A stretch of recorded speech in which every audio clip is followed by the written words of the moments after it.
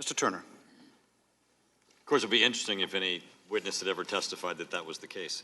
I yield my time to Mr. Jordan. Thank the gentleman for yielding. First of all, I just wanted to go where the chairman started. He said that Ambassador Hale was one of our witnesses. They're all your witnesses. You called 17 witnesses. You subpoenaed 15 of them.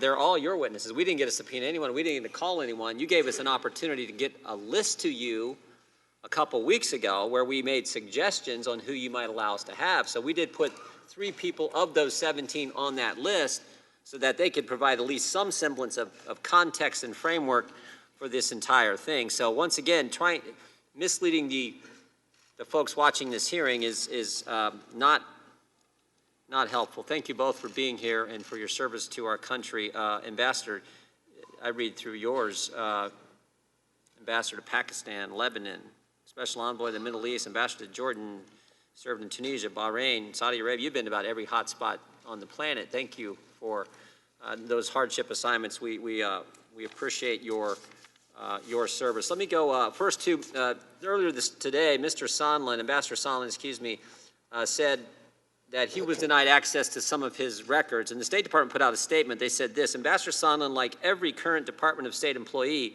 called before Congress in this matter, retained at all times and continues to retain full access to his State Department documentary records and his State Department email account, which he has always been fully free to access and review at will. That's an accurate statement from the State Department, isn't it, Ambassador Hale? I had not seen it until shortly before entering this hearing room, but it sounds accurate, yes. Appreciate that. Ambassador, you're aware of no connection between the pause in aid in exchange for any kind of investigation. Is that correct? I'm sorry, I missed a key word. Could you repeat the question? You're not aware of any connection between the pause in aid and in exchange for some kind of investigation being announced or done by Ukraine. Is that Correct. right? And you're not aware of Secretary Pompeo having any knowledge, direct knowledge of a connection between investigations and security aid. Is that correct? I'm not aware of that, and he did not speak to me about that. You're not aware of any nefarious motive to withhold aid to Ukraine. Is that correct? Correct, sir.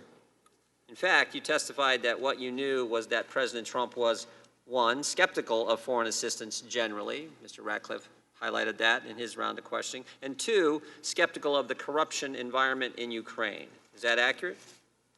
Well, we had heard that. That was a general impression at the State Department, correct? And the aid was actually eventually released to Ukraine. Is that correct as well? Yes, I read that, sir.